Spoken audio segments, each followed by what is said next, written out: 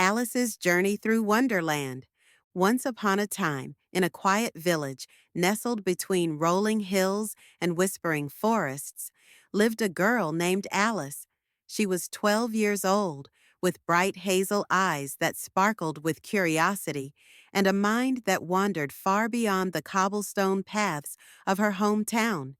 Alice loved stories, tales of knights, dragons, and distant lands. But more than anything, she dreamed of an adventure all her own.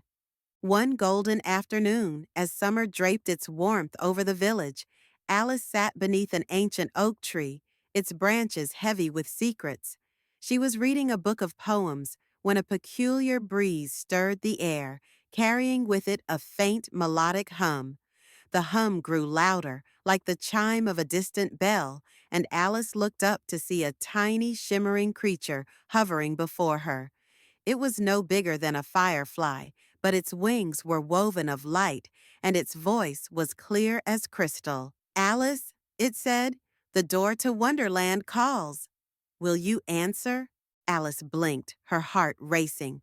"Wonderland? What's that?" "A place where the impossible blooms, and the heart finds what it seeks," the creature replied. "But beware, Wonderland is not kind to the timid." Before Alice could ask more, the creature darted toward the oak tree, where a sliver of golden light appeared in the bark, widening into a door just her size.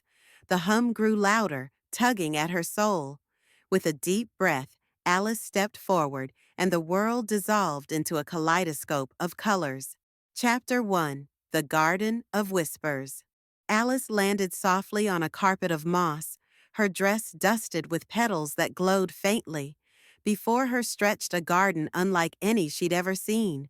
Flowers towered overhead, their petals shifting colors like living rainbows.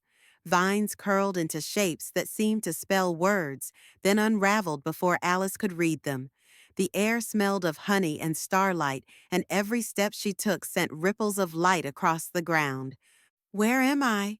Alice whispered. A low chuckle answered her. From behind a giant daisy stepped a fox, its fur silver and its eyes like twin moons. It wore a velvet waistcoat, slightly askew, and carried a pocket watch that ticked backward. "You're in Wonderland, of course," said the fox, bowing.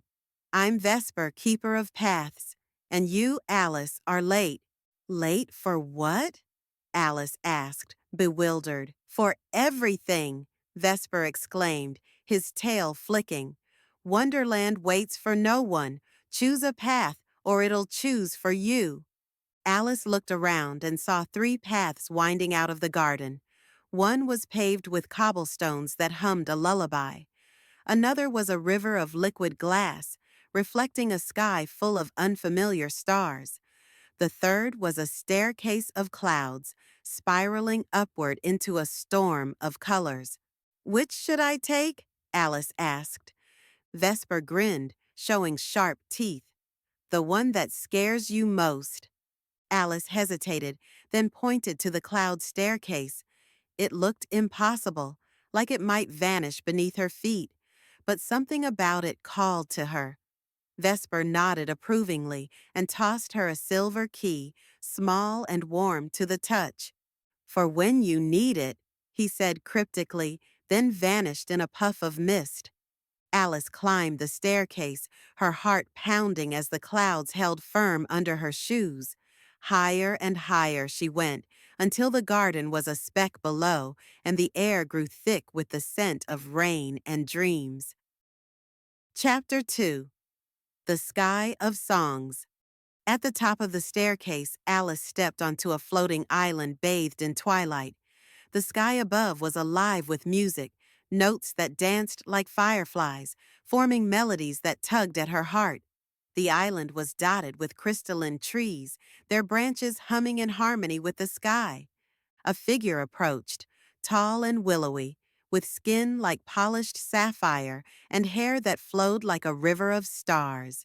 She wore a gown of woven clouds, and her voice was a song in itself. "Welcome, Alice," she said.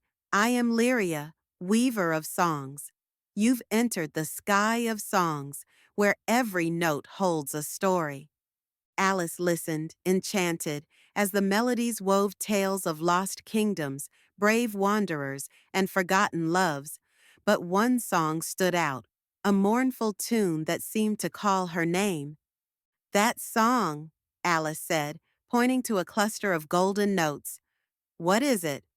Lyria's eyes softened. The Song of the Lost Crown. Long ago, Wonderland's heart was a crown that kept its magic in balance.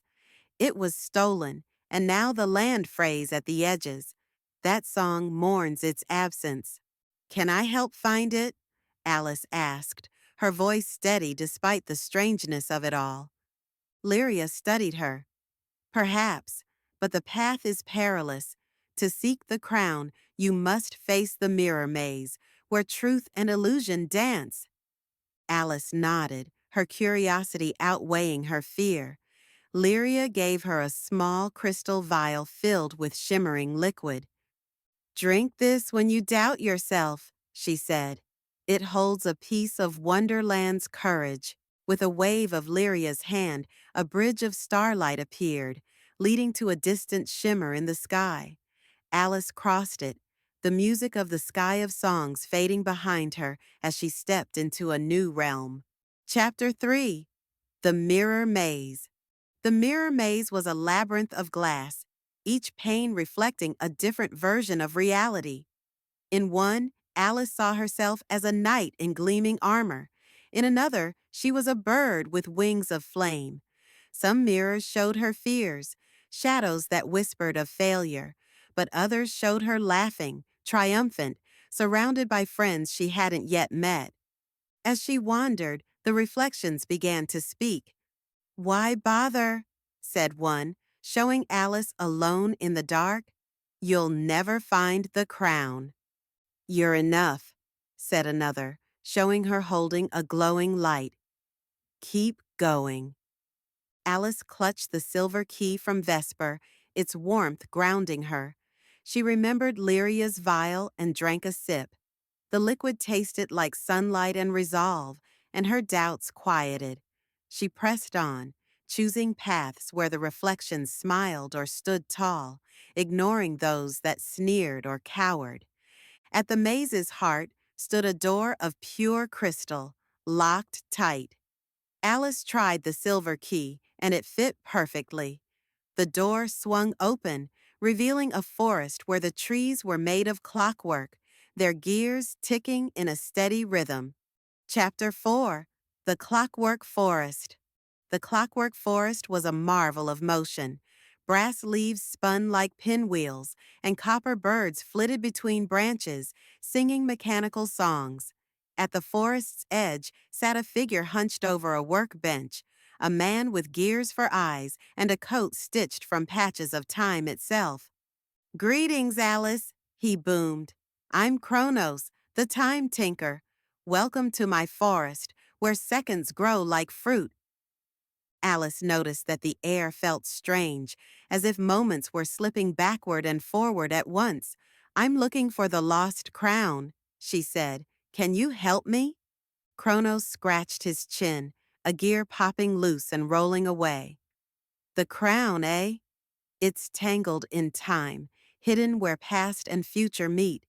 To find it, you'll need to ride the chrono current, a river that flows through all of Wonderland's history." He led her to a boat carved from a giant hourglass, its sand glowing faintly. "This'll take you where you need to go," Kronos said, "but mind the ripples. Time's a tricky thing." Alice climbed aboard, and the boat surged forward, carried by a river of liquid light. As she sailed, visions flickered around her, a castle rising from mist, a queen with a crown of thorns, a battle where shadows fought stars. Each vision felt like a piece of a puzzle, but none showed her the crown itself. The river slowed, and the boat drifted toward a shore where a massive tree stood, its branches heavy with glowing orbs. Each orb pulsed with light, and Alice realized they were memories, Wonderland's memories. Chapter 5. The Tree of Memories. At the tree's base sat a creature like a cat, but its fur was woven from twilight, and its grin was impossibly wide. Well, well, it purred. Alice, seeker of crowns, I'm Nyx, the memory keeper. What do you want with my tree? I need to find the lost crown, Alice said. Can the memories show me where it is? Nyx's eyes glinted. Memories reveal, but they also hide. Choose an orb and see what it shows you. Choose wrong, and you might lose yourself. Alice studied the orbs. Some glowed warmly, others flickered with shadows. She reached for one that pulsed with a steady golden light. It burst at her touch, and she was pulled into a vision. She stood in a grand hall where a queen with eyes like storms held the lost crown, a circlet of starlight and thorns. This crown binds Wonderland, the queen said, but it cannot stay here. She handed it to a figure cloaked in shadow, who vanished into a rift of darkness. The vision faded, and Alice stumbled back, her mind reeling. Who took it? She asked Nyx. The cat yawned. That's for you to discover. The rift leads to the edge of nothing, where Wonderland unravels. Go there, if you dare. Nyx pointed to a path winding out of the forest, and Alice followed it, her heart heavy with the weight of what she'd seen. Chapter 6. The Edge of Nothing. The edge of nothing was a desolate place, where the ground crumbled into a void and the sky was a swirl of gray. Alice felt a pull, as if the void wanted to swallow her whole. At its center stood a figure cloaked in shadow, holding the lost crown. Why did you take it? Alice called, her voice echoing. The figure turned, and its face was a mirror of her own, but older, sadder. I took it to save Wonderland, it said. The crown's power was tearing it apart, but without it, the land fades. Alice stepped closer, unafraid. Then let's find another way. Wonderland needs its heart, but it needs us, too.